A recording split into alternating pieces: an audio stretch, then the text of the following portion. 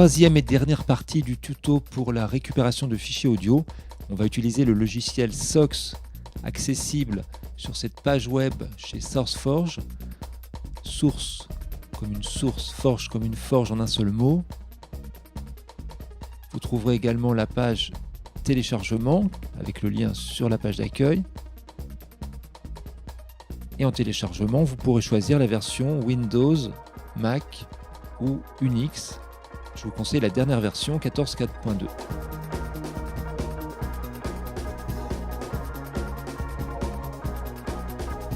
La documentation est accessible évidemment à partir de cette page également, et puis de toute façon elle sera téléchargée en même temps que l'application.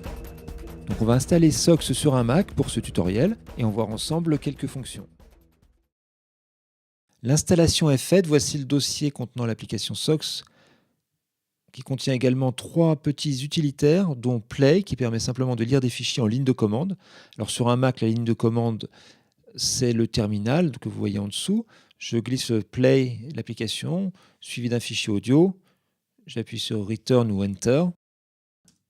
Maybe it'd be better if I moved up front where it's safe. On a également Rec qui permet d'enregistrer des fichiers audio tout simplement de la même manière avec l'entrée audio du Mac. Et puis Soxy qui est une petite application permettant de connaître les principales caractéristiques d'un fichier audio. Même principe, je la dépose sur ma ligne de commande suivie du fichier et j'obtiens, après avoir tapé Enter, les principales informations concernant ce fichier. Nombre de canaux, fréquence d'échantillonnage, résolution, durée du fichier, débit audio théorique et puis l'encodage du fichier. Alors utilisons un petit peu SOX avec des commandes relativement simples en ligne de commande.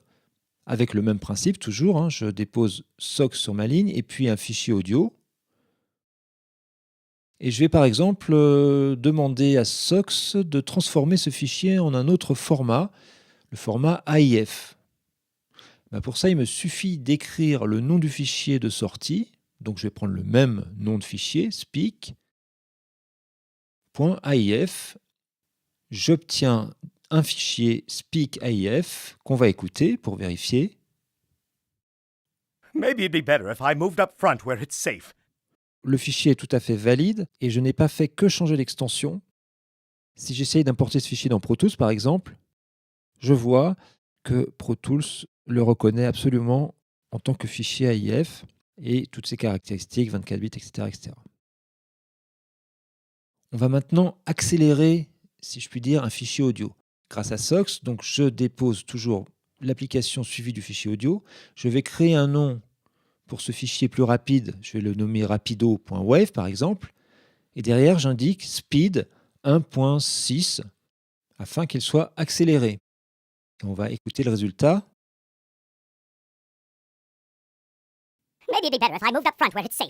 Voilà, j'ai obtenu mon fichier accéléré très rapidement. Il faut bien penser aussi que l'on va pouvoir scripter tout ça, c'est-à-dire faire une petite routine qui va elle-même nommer les fichiers automatiquement sur des dizaines, des centaines, des milliers, ce qui nous donne un outil qui peut être très puissant en termes de productivité. Nouvel exemple, on va mettre bout à bout 2 fichiers audio pour n'en faire qu'un. C'est-à-dire, le terme exact, c'est concaténer. Je dépose SOX sur ma ligne de commande, le premier fichier, je vais mettre derrière le rapido. Donc je vais obtenir normalement l'un suivi de l'autre dans un seul fichier que je vais appeler boutabout.wave. Écoutons. Maybe it'd be better if I moved up front where it's safe. Voilà nos 2 fichiers assemblés en un seul. Et bien maintenant, on va essayer d'en mixer automatiquement 2. Voici un petit bout de musique sur lequel je vais mixer ma voix qui raconte la description d'un fichier juste en dessus là. Écoutons.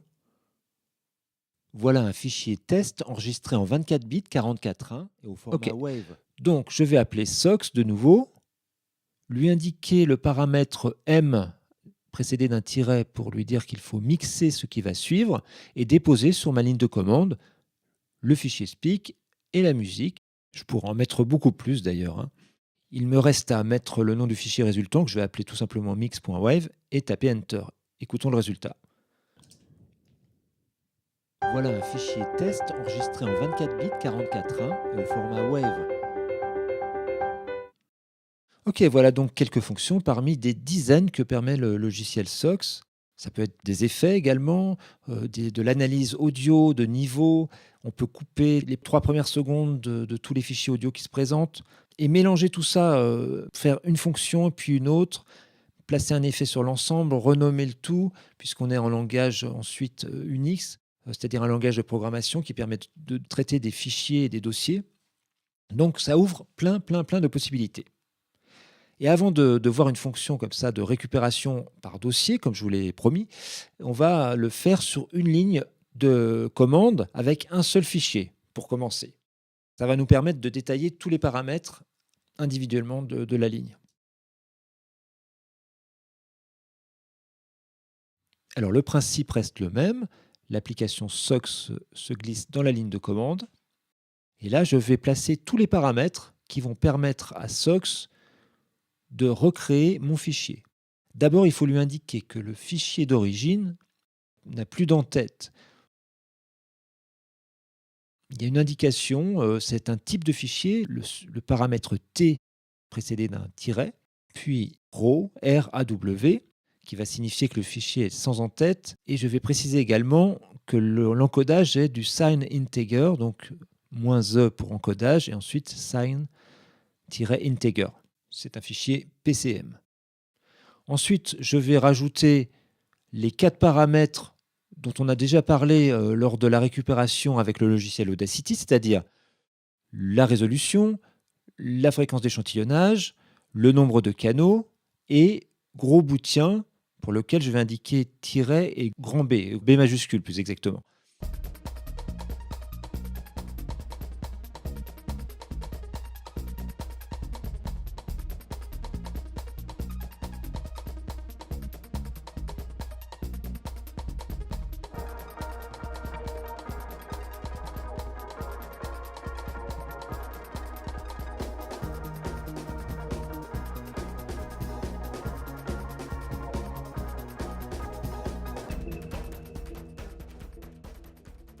Ensuite, je glisse mon fichier source sur la ligne de commande et je vais nommer mon fichier de destination. Je vais simplement le nommer kick.wave.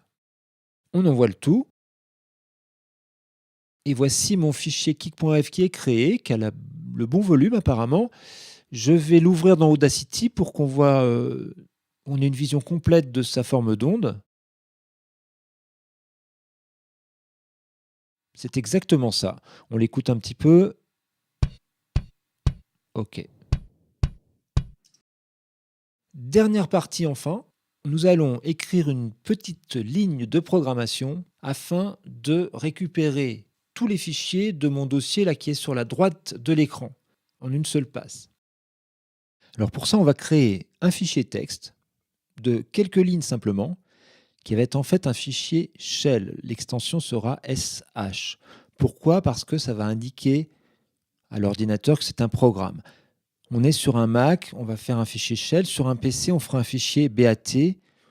Dans ce tuto, je ne vais pas traiter les 2 cas de figure. Ce n'est pas exactement la même forme, mais tout ce qui concerne la programmation pure est un peu au-delà du sujet de ce tutoriel.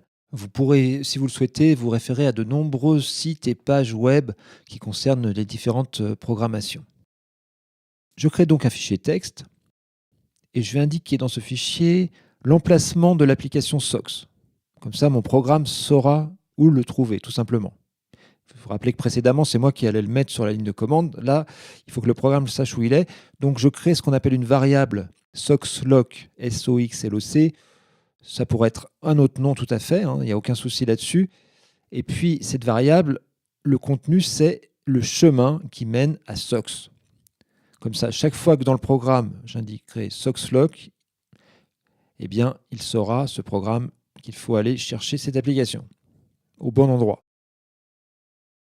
Je vais justement commencer ma ligne de commande, la même que celle qu'on a faite tout à l'heure manuellement, par SOXLOC, précédé de $ et puis entre guillemets Ça, c'est la manière de rappeler une variable dans un programme. Mais peu importe, ce qu'il faut comprendre là, c'est que j'indique où se trouve SOX.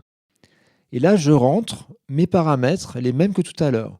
Donc, le fichier est sans en-tête, c'est un SAN integer, un PCM, c'est un 24 bits, c'est à une fréquence d'échantillonnage de 4400, c'est un fichier mono, donc je mets -C1 et gros boutien, mon B majuscule. Il me reste à indiquer quels sont les fichiers que je lui demande de traiter. Donc je vais lui dire littéralement, pour tous les fichiers que tu vas trouver dans le dossier que je vais te proposer, for f in, la variable 1, c'est le dossier à traiter, c'est le premier dossier qu'on va glisser sur la ligne de commande, le seul d'ailleurs, et /étoile, ça veut simplement dire qu'on va traiter tous les fichiers qui seront à l'intérieur de ce dossier, sans exception. J'encadre ces instructions de do et done, le verbe faire tout simplement. Alors justement, dans cette ligne de commande, il me manque encore l'indication du fichier source et du fichier destination. Je vais rappeler que c'est f, c'est-à-dire n'importe quel fichier du dossier, et le fichier de destination, eh bien je vais marquer de nouveau f, et c'est là que c'est intéressant, c'est qu'il va reprendre le nom du fichier source en ajoutant l'extension wave, tout simplement. Pour résumer, j'ai SOX qui va effectuer cette commande sur tous les fichiers du dossier que je vais présenter dans la ligne de commande. Alors, il nous reste deux lignes vraiment purement informatiques et purement Linux à ajouter. En haut, je dois indiquer le type de langage. C'est du shell, donc c'est SH. C'est une convention, cette manière de l'écrire. Donc ça doit être dès le départ. Et puis plus bas, j'ai éventuellement les fichiers temporaires et puis une phrase, des termes complètement abscons qui indiquent que le programme peut traiter des fichiers qui n'ont plus d'extension. Je simplifie un petit peu, mais c'est simplement pour ouvrir le programme à des fichiers qui sont corrompus. Ces programmes en ligne de commande sont très puissants, donc il faut vraiment préciser les choses. Cela dit, là, vous ne risquez absolument rien à recopier ces éléments-là. Je n'ai plus qu'à enregistrer ce fichier texte et à changer l'extension pour SH. Et ensuite, je vais déposer ce fichier SH sur ma ligne de commande, suivi du dossier que je referme. On va rafraîchir cette ligne de commande parce que c'est vrai que ça commence à être un petit peu chargé. Voilà, c'est parti. Je mets mon fichier shell, mon dossier, je lance le tout. Et là, je vois que mon ordinateur réfléchit un petit peu. En fait, il mouline. Il a terminé apparemment. J'ouvre mon dossier. On a effectivement un fichier wave correspondant à chaque fichier qui était à reconstituer. Voilà une base, par exemple.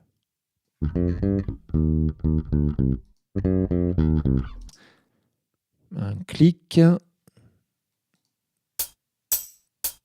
Voilà, j'ai effectivement reconstitué tout mon dossier. Alors, ça a pris quelques secondes pour 20 ou 30 fichiers, ce qui veut dire qu'en quelques minutes, j'aurais pu en traiter des milliers et des milliers. Il faut se souvenir que s'il a très bien fait ce travail, c'est aussi que je connaissais les paramètres essentiels des fichiers audio qui étaient corrompus. Mais rien n'empêche d'y aller en mode « j'essaye » et je recommence si ce n'est pas le bon paramètre. On l'a vu la dernière fois avec Audacity, c'est exactement pareil ici. Voilà, merci pour votre attention, j'espère que c'était suffisamment clair et surtout que ça va vous donner envie de bidouiller un petit peu pour trouver des fonctions, des astuces et des recettes personnelles.